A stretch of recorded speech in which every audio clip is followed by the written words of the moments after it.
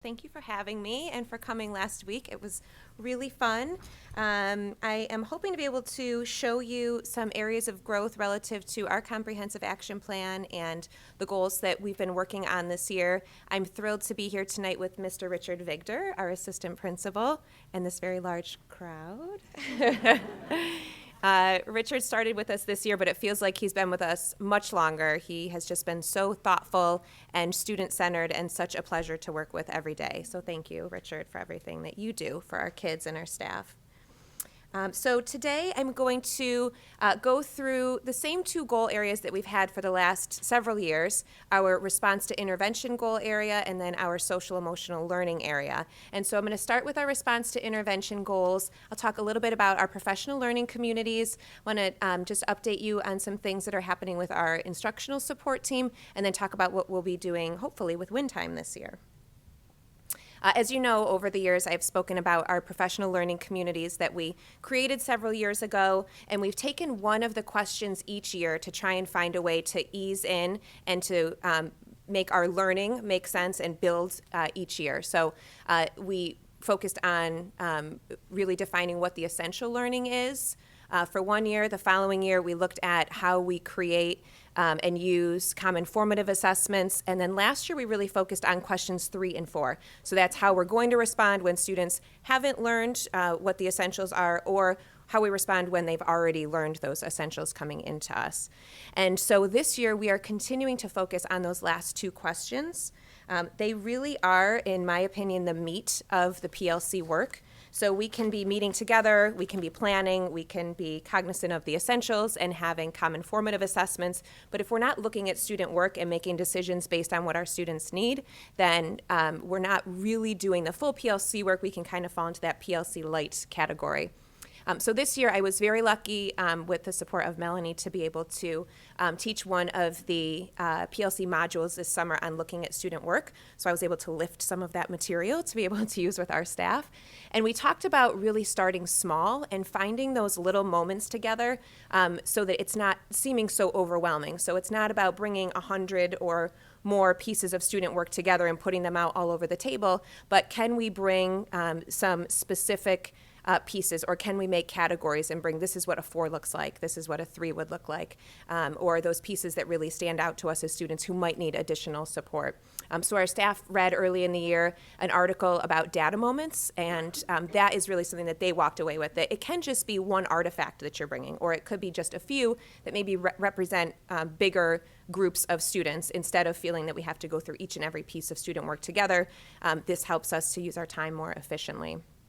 We also talked about things like parallel grading. So our staff are already used to this with grading common benchmarks together or even state assessments. So there is power even in just sitting in the same room together when you're looking at a piece of writing or a common assessment to be able to have some of those conversations that just naturally come about our students. And then we started to talk about some simple protocols, and we're going to be talking about that more this second half of the year.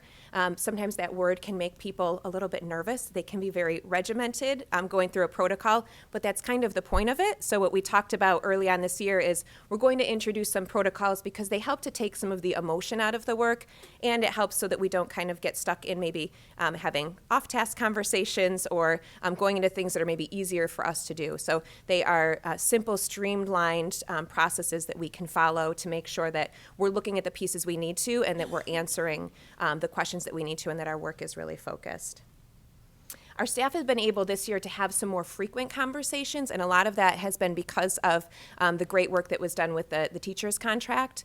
So we were able to, in the past, have our team teachers drop their team meetings on Fridays, so they had PLC time.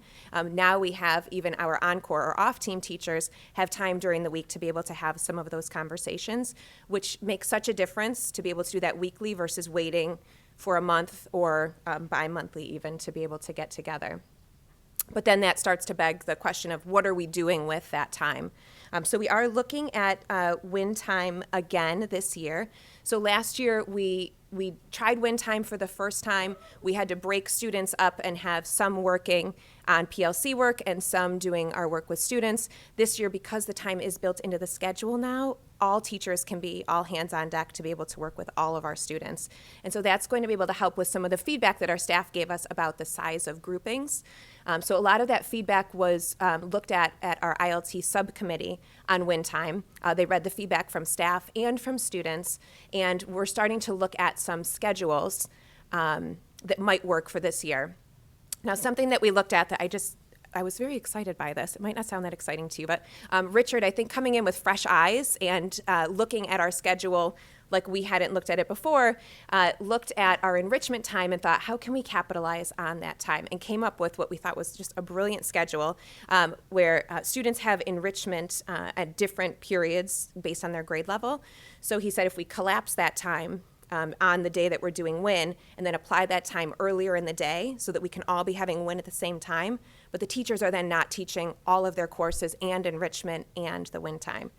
So it was brilliant. We're not sure if it's going to work with all of our teacher schedules for this year, but as we're looking at it more, we're waiting for our ILT subcommittee to be able to make a recommendation for us, but it's really having us think about our schedule for next year in terms of how we could make something like that work, because it really would make it so that we could have win time on a more regular basis and not have it be having a huge impact on our teachers or really students' schedules. So that was just something exciting that we came across this year. So the hope is to be able to do win time in the next couple months here and have at least a couple days where our students will be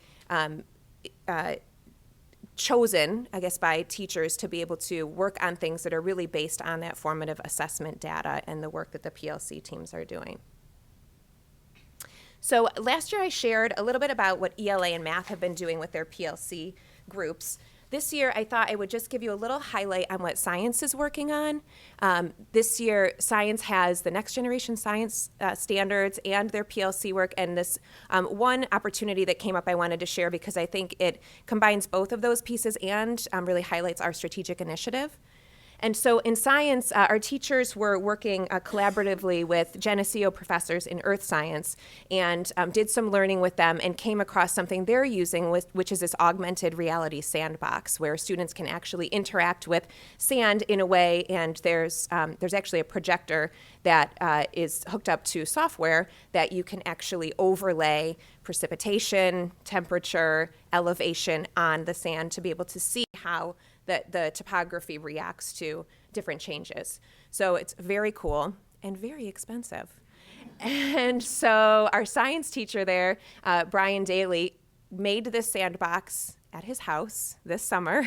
It's one of those things as a principal where you hear someone talking in July and you go into a room and people are doing this and you're thinking, how is all of this happening? So you'll see our tech department members there coming together to really create this experience for our kids that exactly mimics that experience that they saw happening at Geneseo. And so some of what it shows is their ability to come together and decide on what the essentials were. Some of those things as foundational as being able to recognize a mountain in a two-dimensional map, and then from that being able to identify certain essential glacial features. And part of what they've been working on with the next generation science standards is being able to help students interact with and investigate and create their own models of what they're seeing. So that the students are able to kind of create the model in the 3D sandbox that represents what they're seeing in the two-dimensional map, and then they actually were able to take that and recreate it with those foam pieces there and create it to scale. And so teachers work together to decide how they would have some common assessment criteria. And then the next piece of that, as they go through this again, would be to then take those models back and be able to look at them together and decide what do we need to do next time to enhance learning for students or to maybe to correct some misinformation. So that was very exciting. The next piece I wanted to just share about our instructional support team. So that's the team where teachers and staff members can bring students to talk about if they feel that there's more that we can be doing to meet their needs in the classroom. And the instructional support team historically meets at a time, and maybe a member of the team or an individual teacher will go and get information and bring it back to the team. Now what's happening is the instructional support team is actually going on tour. So they go to the team to be able to have the entire team have the conversation, which has been very powerful. There can be a lot of misinformation when one person is going back and forth. So having everybody in the meetings has been really impactful.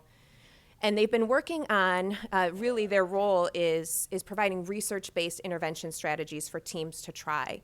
And then they progress monitor those over time.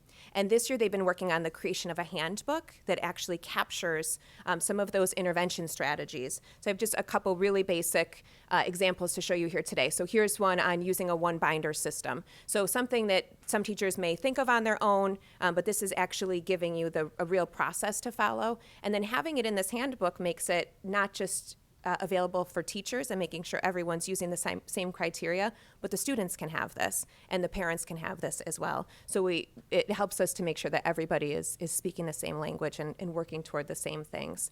Here's another quick example. So looking at having that full body listening, if that's something that a student is working on, making sure they're all using the same vocabulary, the same acronyms, and the same definitions of what that really looks like. This has caused so much less frustration that I've seen from teachers, just being able to be a part of the conversation and then have something in their hands that they can act on, and everybody knows exactly what's being tried. And with that, I'm going to turn it over to our social emotional learning goals. I had to actually remove some things because I thought I would be here talking all night, but I wanted to share just a few things with you. What you're seeing here is one of the first things I'm going to talk about. That was our school-wide book read for New Kid. Then I'm going to just touch on Superintendent's Conference Day and the reaction of our staff to our learning around Generation Ready, and then talking about our Student Inclusivity Council and one of the projects that you were able to see, which was our school-wide diversity project. So early on in the year, our library media specialist came to me with this book called New Kid. It is a graphic novel. The author, Jerry Kraft, is a Black author, and she was really hoping that we could highlight, this is one of the things that our staff said last year on Superintendent's Day in the spring, was we need to find ways to bring more diverse role models into school for our students to see. And she thought this would be a great example, thought it was a graphic novel really accessible to students. So our Student Inclusivity Council all got copies of the book. They signed their names in it when they read it and handed it off to friends, and through Student Council and PTSA, we were able to purchase over 30 books for kids and staff to be able to read. And throughout the time while we were preparing, the Student Inclusivity Council and Art Club actually worked together to create several of these large posters where they mimicked some of the drawings in the book and had some prompts for students to be able to respond to. So this one is, how do you include others at BRMS? So students could pick up these little shout outs and write something on them, and then they were there in the hallway for when the author came to visit. When we got into Superintendent's Conference Day, as you know, we had that turnkey training from Generation Ready. We added in some things so that we looked at the book, Teach Me Your Name. We had conversations about the importance of names and backgrounds and traditions and how that impacts our students and their ability to learn. And really, I think what came from it the most was just creating a safe space to have those conversations, that this was a good thing to do, to have as many conversations as possible in school. And I think we've really seen the impact from that in just conversations in passing, the continued thoughts and ideas that teachers have, the continued questions that people are asking. And we had so much positive feedback that day. And our teachers left us with a few pieces of feedback to look at. One, the the bulletin board that's still up by the auditorium, they left little notes to the students what our teachers want our students to know about them. And then we gathered some feedback from the teachers about what they want to know more about, and then also what they're committing to this year.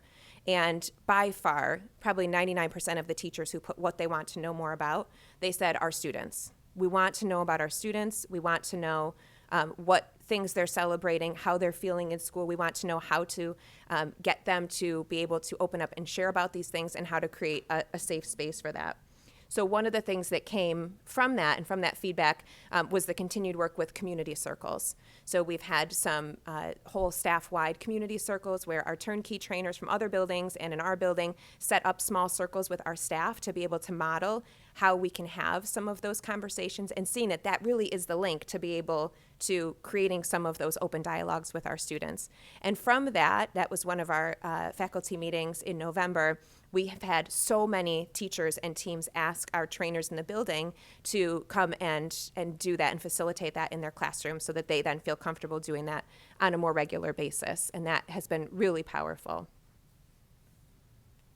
Another one of the things that came from that is what you saw when you were here last week, and that was our school-wide diversity project that came from our Student Inclusivity Council. The colors represent each team that we have, and students were all given a bubble and some prompts to respond to, so they could say something that makes my family unique, or a celebration, a tradition, or a religion that my family celebrates. And the kids did really great with this, that they always do. They told us things about them and about their family. What really made it impactful, though, putting it up is beautiful and it looks great, and the kids do stop and look at it. But being able to share these on the morning show and have our kids talk about them made it more than just a project. So these ran throughout the day. Mike Wall, who's amazing, found some great ways to photograph them so that they were running through the large screens during the day.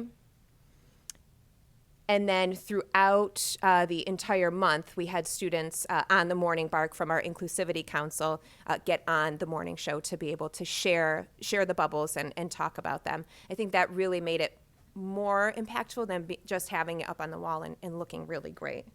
One of the things that happened at the end of last year was I went to go speak with our Gay Straight Alliance, our GSA, and they had completed a little survey for me about their experiences in school.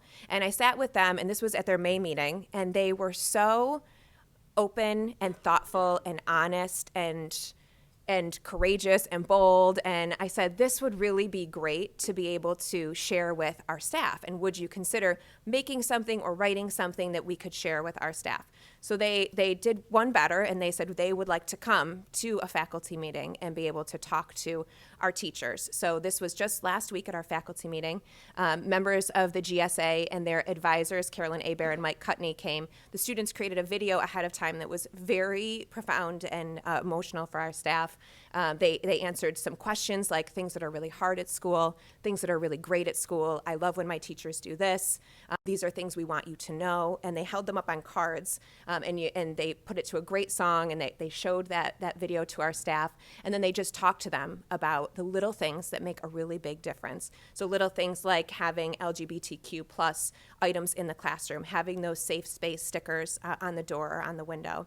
And then they talked about how they start their meetings by acknowledging their different pronouns. And one of the things they shared was they showed us a survey that they did of our GSA students saying what pronouns they hear in classes, and showing a pie chart that was basically 50-50, maybe a little more male-oriented. But these are what we hear. We hear the he, him, his, we hear the she, her, hers, and here are our pronouns. And then they showed a pie chart showing about 25% of our students in that group identifying with the they, them, theirs pronoun. And so it started some great conversations about how do teachers address students in a way that makes them feel included and valued, and how sometimes do we address students in a way that doesn't. So that was really powerful. We've had just a ton of conversations, even just in this short time since then. And then they gave to our staff that day, if they wanted to take them, pronoun buttons that they could wear showing their pronouns, and they wanted staff to know how important those little things were. They're gone, so they've taken all of the buttons, but they wanted to extend those to you all as well. So there's some buttons here tonight if you would like them for our central office team and our board members, and those are just the little things that we're learning that really are small changes that don't take a lot of effort and energy to do, that really make a big difference for our students. I know you got to experience the Barker Blend firsthand, so I'm just going to end with a little picture of them. So this is the type of thing. Our GSA Unified basketball that's coming up, the Morning Bark show, the Student Inclusivity Council, the diversity projects we're doing. These are the things that I feel really change the way that school feels each day for our kids, and certainly the way that we're thinking as adults in school. And as I was just reflecting on this a little bit, it made me realize that all of these things, every one of them, started with one dedicated staff member that came with a school-wide book read, or with the idea to start a coffee cart for our students with special needs, for starting a GSA when there was no other middle school in the area who had one. So all of these things were one staff member who was devoted to our students and was so thoughtful and dedicated and had the stamina to get people together and make something happen. And so I just feel very proud to be part of the team at Barker Road, and feel really proud tonight to be able to just give you a little glimpse of the impact that they have at our school. And so I'll open it up to any questions.